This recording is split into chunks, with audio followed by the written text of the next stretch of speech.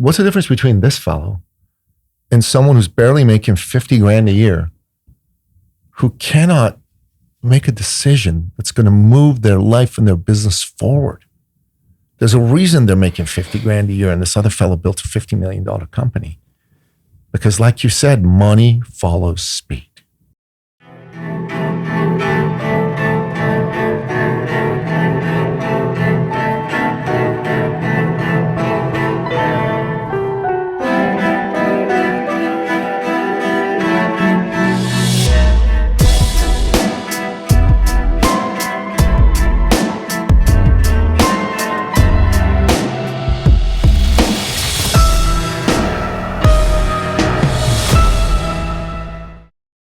All right. Nicky Billou, how you doing, my friend? Thanks for coming in. Thanks for having me. Yeah, it's an honor to be here, man. Yeah, I'm excited to do this with you. You're my first guest in the new studio. I love it. Yeah, awesome. And the first time I saw you, you were at Expand. I think you and Alfonso are great friends. Yep. You're a thought leader. You're an author. So thanks for the books that you brought in as well, Pleasure. too. And you're a coach, mentor, and you've helped a lot of people over the years. And I was actually listening to one of your podcasts that you did, and you're talking about Napoleon Hill. I want to start off with that and your thoughts about Napoleon Hill and how he inspired you.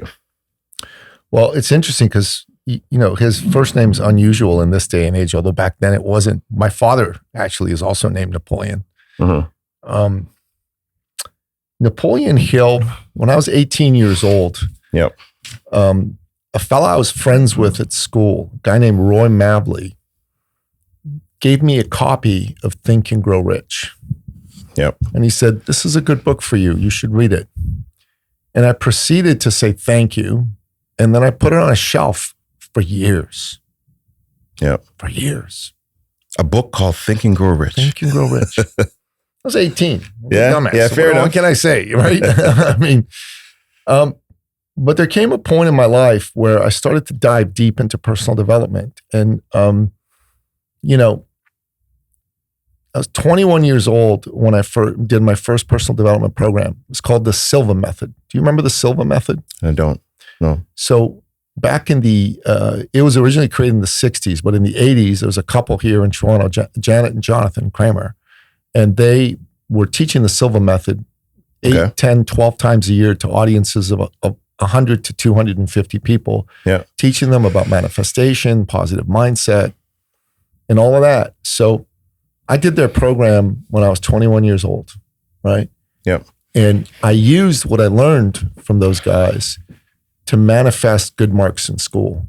So I used their techniques on how to study, and I generated phenomenal marks. My marks shot up. I became like a straight A student in all my courses with very little effort. And that was the start of my trip down the personal development rabbit hole. And at some point I read Think and Grow Rich, and it blew my mind. And what's powerful about Napoleon Hill's story is this, right?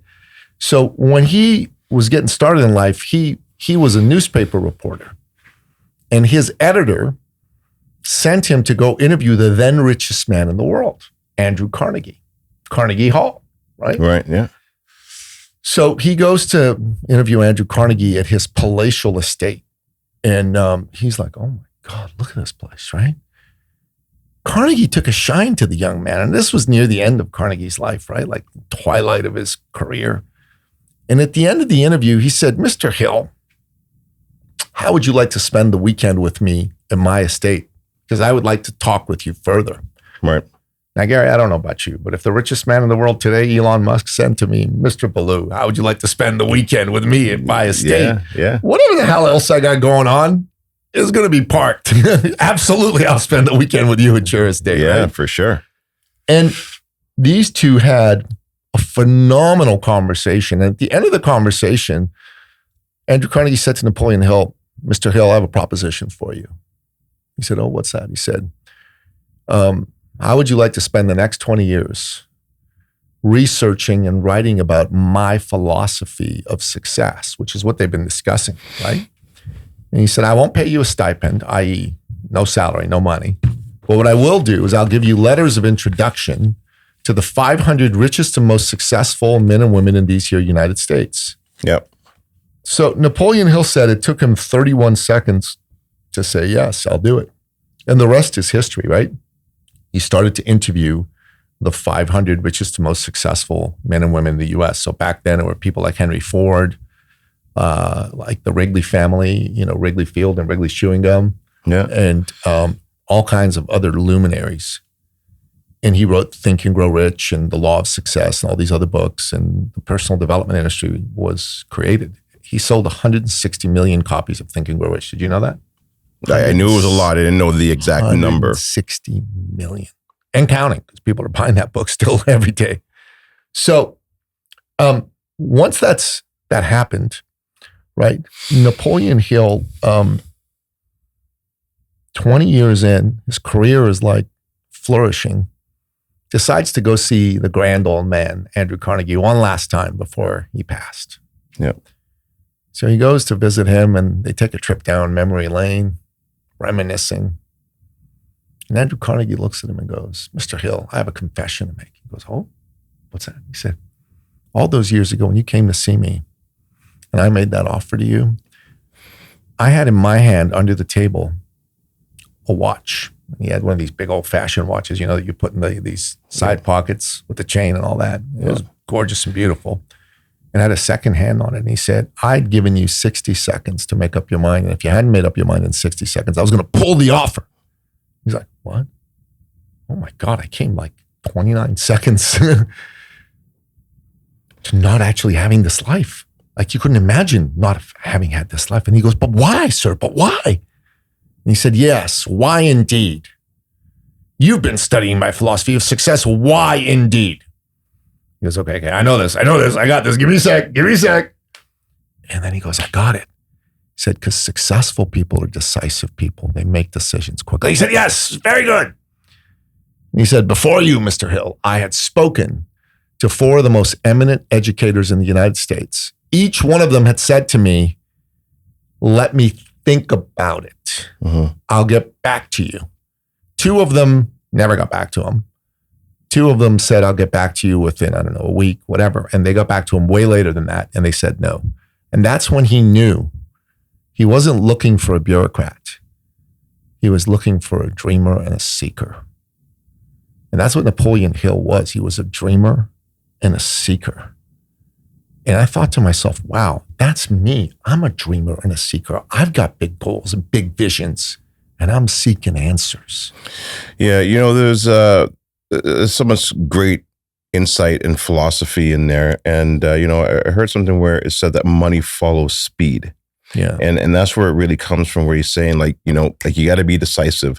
And I think too many people are caught up in the fear of making mistakes. Mm-hmm. But when things go the way that you want it to go, you don't learn anything from that because you already planned it. But when you're making the mistakes, this is now where you can learn from it and not try to repeat it, but you've got to be decisive. You got to take action and just keep moving forward. Because a lot of times when I take a look at the end of the year of all the things that I've set out to do, I make so many mistakes at the end of the year, but the ones that hit the bullseye are the ones that make big money. But you'll never know which one sometimes until you actually take the shot or attempt to go after it. Whether you think you can or can't achieve it, you got to at least try. You have to at least try. You have to. And so I learned something from hearing this story, mm-hmm. that if you want to be successful, you got to be decisive and committed. Successful people, and this is what Andrew Carnegie told him, they gather all the facts, but they make decisions within seconds once they do. Seconds. They don't think about jack shit. Yeah. Yep. They're like, okay, this makes sense. I'm in. So yesterday I had a sales conversation with a man who had built a $50 million corporation. Not an insubstantial amount of money, right? Yeah. And he's now getting into the thought leadership game, and he has a program for a certain type of founder. We talked. We spent an hour talking. During that hour, I asked him a lot of questions. I got to understand why this was important to him, what kind of pain he was feeling around it that was driving him. Yeah. And then I told him, okay, here's my proposition. Here's how it is. Here's the fee. And it wasn't a small fee, right? It was 11,000 USD. So not a small fee, right? Right. I said, does this resonate? He said, yeah, I'm in.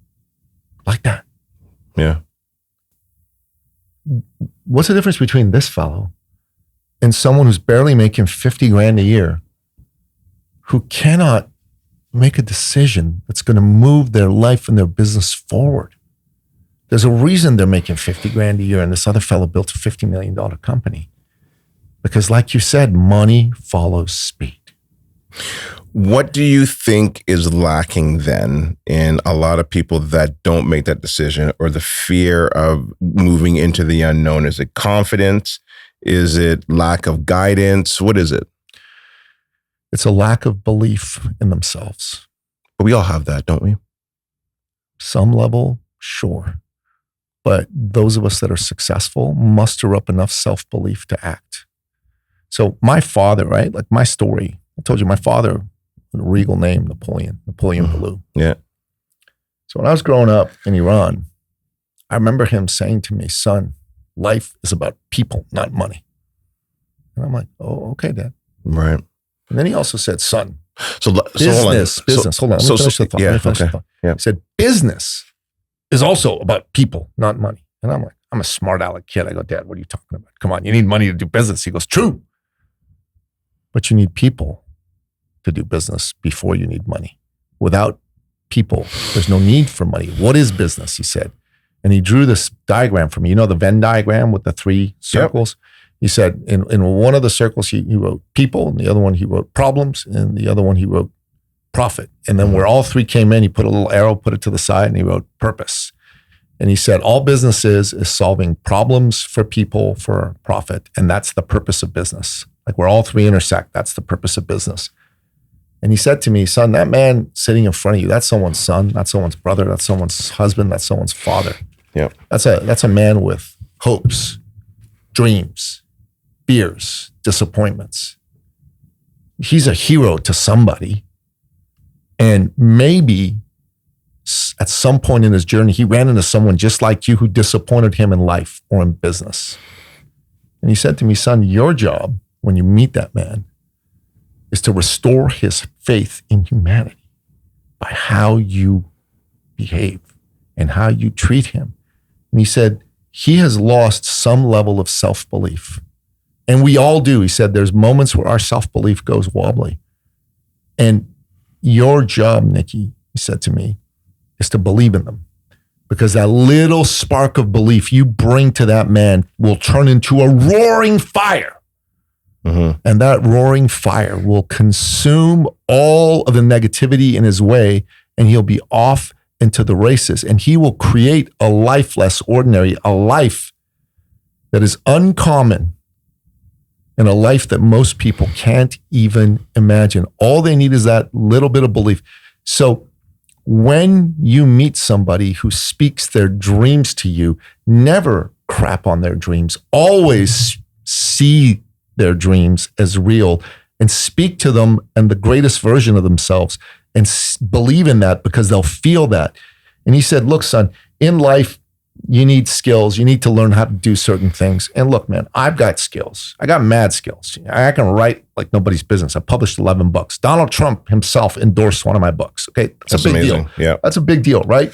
I've been invited to speak on incredible stages. Wealth Genius, Transformational Leadership Council, Jack Canfield's exclusive mastermind that was the group that The Secret was based on, the movie The Secret. Mm-hmm. I've done some cool, I know thought leadership. I know how to sell. I know how to overcome objections. I know podcasting. I know how to be a guest on a podcast and turn that into revenue and all that stuff. But here's the truth, right? There's a lot of other people on this planet that have some or all of those skills, okay? And maybe I'm better than most or all of them, but there's people who are going to make the claim that they're as good, they're better, whatever. But there's one thing that I can claim legitimately that is an unbelievable advantage that none of these people can because they don't even think to claim it.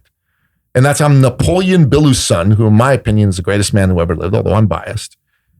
And that I am a professional believer in people. And what I do when someone comes into my orbit is I love on them, I believe in them to a level that some of them can't even fathom because they never had anyone, least of all themselves, believe in themselves that way. And that's what has them go to another level. So our mutual friend who introduced us, Mr. Kappa, Michael Kappa, right? Great guy. He's a client of mine. And since he's worked with us, his belief in how much he can sell has grown, and he's sold more than he ever sold before in a shorter period of time. Why? Did he not have the skills before? I would argue he always had the skills in him at a latent level. What he never had before was a level of belief, because he never had someone stand beside him and go, I see this in you, man. I believe in you. You got this. Right. So he feels it in his DNA. That's what everyone on the planet needs. So there's a lot to dive into that you just said there. So number one, there's something that you said that really reminded me of Jim Rohn. I'm sure you've probably studied Jim Rohn. Jim Rohn's incredible. One of my first early mentors and somebody who allowed me to start to believe in myself. Service to many leads to greatness. Yes, and I think that's where, your father was going with that, is that you want to provide service to the people. And then from that, the money will come, the money will flow, right? But you have to come from an area and a level of service, number one. Number two, though, this is more of a question now, digging a little bit deeper into what you said in regards to trying to help people. How do you know who to help and not to help? Because some people can be anchors. And what I mean by that is that they're not ready. They're not ready to be helped yet. And I remember there was a point in my life when I was like getting into real estate investing. I'm like, I'm going to help everybody. But some people are not ready yet. How do you determine who is and who isn't? Experience. Yeah. I mean, I'm sure, Gary, this has been the case for you, but I've taken people on who I shouldn't have. Mm-hmm. And it bit me in the butt, when I started eCircle, I wanted to help everybody. And I would take on everybody. Yeah, let's sign them up. Let's help them. And then I worked with my sweetheart, Teresa. Yeah. And she'd come to me. She's saying, I don't know. I don't know about this one. I don't my ad. Don't worry about it. It'll work out. Right? And I said, listen, they're good people. We could use the revenue. This is your spouse, your wife? My woman, yeah. Yeah. They know. They have the antennas. Buddy, she's been right every time. Yeah. So since then, I really, if we're bringing someone on into our community is now curated. So I don't sign just anybody up. We meet them. I meet them. She meets them. We both got to think they're great. And then we'll make an offer to them. Okay. And our programs are not cheap, right? They're from $10K US and up. I mean, we've got one that get booked and get paid. That's less, but that's a workshop that leads in this. But they're $10K to $50K US is what we charge for our programs. Right. And those prices are only going to go up as time goes on, right? Yeah. I have a vision for a $100K program, $250,000 program, $1 million program, but we'll get to that at some point. So if we're charging that money, the people in our group have a right to know that we're only going to bring them A-level people. We're only going to bring them people with the biggest hearts. Yep. With a giver's mindset and with a desire to see everyone win, not just themselves win. Mm-hmm. So we take a lot of time to do that, but that's only the result of me having screwed up so many times. I remember a couple summers ago during the scamdemic and the lockdowns, right? Yeah. The scamdemic, eh? Yeah, well, that's what it was, bro. Fair enough. It was. I brought this woman to work with us and I signed her up. Then she had a chat with my lady and she was so rude to her. My lady is the sweetest, nicest girl. They call her name's Teresa. They call her Mother Teresa because she's so kind, right? So kind. It's ridiculous how kind she is, right? Mm-hmm. And she's hot, which kind of helps. Kind and hot go well together, And she's coming to me in tears. She goes, oh my God, I called this person. This is what they said. And I said, what? So I called this lady up. I said, I just talked to Teresa. What happened? She says, well, Teresa, this. She starts fucking deflecting and blaming. And I'm like, I said, you know what? Teresa's my lady and you're a stranger. I'm going to refund your money. You're not welcome here. Goodbye. And that's what I did. instantly. And it was a good decision because this person would have crapped over the rest of our clients. Plus, like, Teresa is my partner in this, right? Like, there's no way I'm going to let somebody mistreat her. Yeah.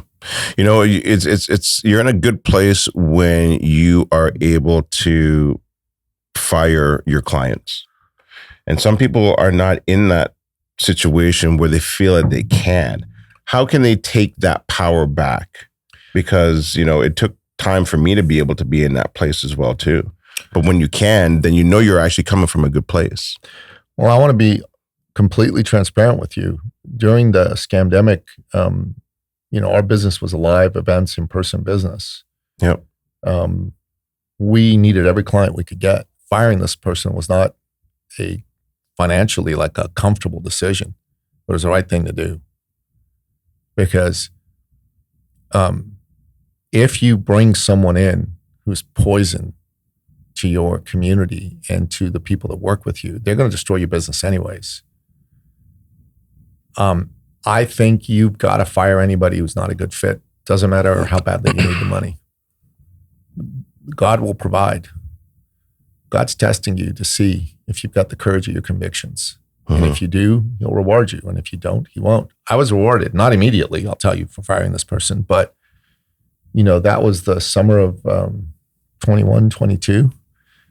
And, now in 25, we've had a terrific year. We have spectacular clients. Thank you. And, last couple of weeks, we signed up, 2 wonderful clients for our upcoming event, which is in a week and a half. Awesome. That's amazing. It is, but how did it happen? It happened because we are maintaining a standard of who we are and a standard of who we'll agree to work with. I don't want to work with somebody who doesn't understand the value that Teresa and I bring to them. And honestly, I'm sure you don't either. You don't want to work with someone who doesn't understand the value that you bring to them. And you certainly don't want to work with somebody who's a me first person who, doesn't show a level of respect or care for what other people are dealing with. Yeah, 100%. Yeah. You touched on God. Yes. There seems to be something happening, I would say, over the last, I'll probably call it even 5 years, but really something stronger, even more this year. Yes. Do you feel like there is a struggle happening right now between good and evil? Do you see it? Do you feel it? There definitely seems like there's some type of a movement happening. Why do you think it's happening now? And what is that? What's causing that? Brother, the struggle between good and evil is a struggle that's as old as time. I think as long as we have planet Earth and human beings on it, there's going to be a struggle between good and evil. Yep. And in the last 5 years, it just seems that evil has shown itself. It's not been trying to hide. Like the scamdemic was one of the first indications of that. I mean, look at what happened around the world. They basically imposed full communism on all of us. They shut us down. They told us what we could do, what we couldn't do. They told us we couldn't go outside without putting on these stupid, silly masks. People who refused to take their experimental shot were shunned and read out of polite society. It was only our truckers, God bless them, here in Canada, who had the courage to go out there and stand up for their rights. And they paid a heavy price for it, by the way, that brought freedom back for the rest of us. Yeah. The truth of the matter is that the forces of darkness have been around for a long, long time, but right now they seem to have managed to get the levers of power in certain countries. Certainly here in Canada, I mean, Justin Trudeau was not a representative of the forces of light. Forcing people to mask, forcing people to take shots to enrich his pharmaceutical buddy friends, and then telling people, hey, you have to accept the terms of transgender ideology. Look, man, I want to say this, okay? I personally happen to know a number of people that have experienced gender dysphoria, right? And I know these people personally. Okay. And I can see the struggle I went through, but in many respects, it's been a mental condition for a lot of people. For some people, it's been to the point that they actually physically needed to alter their body. And I have all the love and compassion in the world for anybody dealing with that. But when they started to say, we want to teach this in schools, why would you want to do that? You want to mess with vulnerable children so that you can enrich some corporations by mutilating kids? That's messed up. And you want to try to pretend that there's a gazillion genders? They're not. There's two. There's men and there's women. There's some people who want to change their gender. Okay, knock yourself out. If you want to go through the process of, physically transforming your body, that's one thing. But the way they've set up the ideologies, there's people who are taking advantage of it, who have serious mental issues and go, okay, you know what? I'm going to say I'm a woman, even though I'm keeping all my male equipment, and I'm going to go into women's change rooms and I'm going to have my way with some of these gals. What the hell's that all about? That's evil, as far as I'm concerned, that's even allowed. 100%. And in the 80s, I used to work in my father's tanning salon, which was right in the center of the gay ghetto in Toronto, on Church and Isabella. I knew so many gay people, and they were great people. I was buddies with a ton of them. I was like their little brother. They took me under their wing. They growing up, they taught me a lot of things, and they opened my eyes that people are people. And one of my best friends, one of my two best friends in the world, came out to me as gay. It was the hardest thing for him to do because he thought that I was not going to respond well, being from Iran and all that jazz. But, I said, yo, man, you're my brother. I love you. I said, listen, I'm not gay, but you're gay. All right. I love you. I respect you. As long as you're good, I'm good. He took his life because he had so much inner conflict over being gay. He was the best looking guy I've ever known. He was like a supermodel. Mm-hmm. He was a model for a while in Milan and took his own damn life. I got all the compassion, time in the world for someone being gay. But do you need to put pride signs in every school for little kids to see? And I'm saying, what's the purpose of that? Why does an 8-year-old need to know what gay is?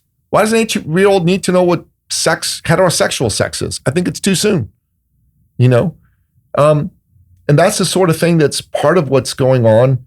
There are evil forces that are trying to hurt our children. They're trying to get us to surrender to their worldview. And these folks don't give a damn who they hurt. And they're all about turning us against each other. That's their entire philosophy. And the forces of light are the ones that want us to unify, want us all to believe in God. I mean, these are people that are trying to tell you God is bad and the devil is good. I mean, what kind of nuttiness is that? And 2 weeks ago, yesterday, on September 10th, they shot the loveliest man, Charlie Kirk, who was a man of God, a Christian man who would go on college campuses to have debates, respectful debates with people who disagreed with him. And he showed them the utmost respect. And they shot and killed him. Why? Because he was effective at what he did. And that is the sign of evil. Yeah. When you can no longer beat somebody in the battlefield of the mind that you need to now physically take them out, you've lost the argument. You've lost that the battle of the mind. Yep. And I think that's exactly what happened. I thought it was very powerful what his wife said, where forgive them for they know not what they do, and still forgive. Listen, that blew me away that she forgave his children. It absolutely did. I'm like, that is the definition of good. Yeah. And the folks who inspired this misguided young man to shoot and kill this husband and father, they are the very definition of evil. Yeah. And listen, Drew, I'm going to take a quick break. This is an incredible conversation, and we'll be right back to continue this conversation.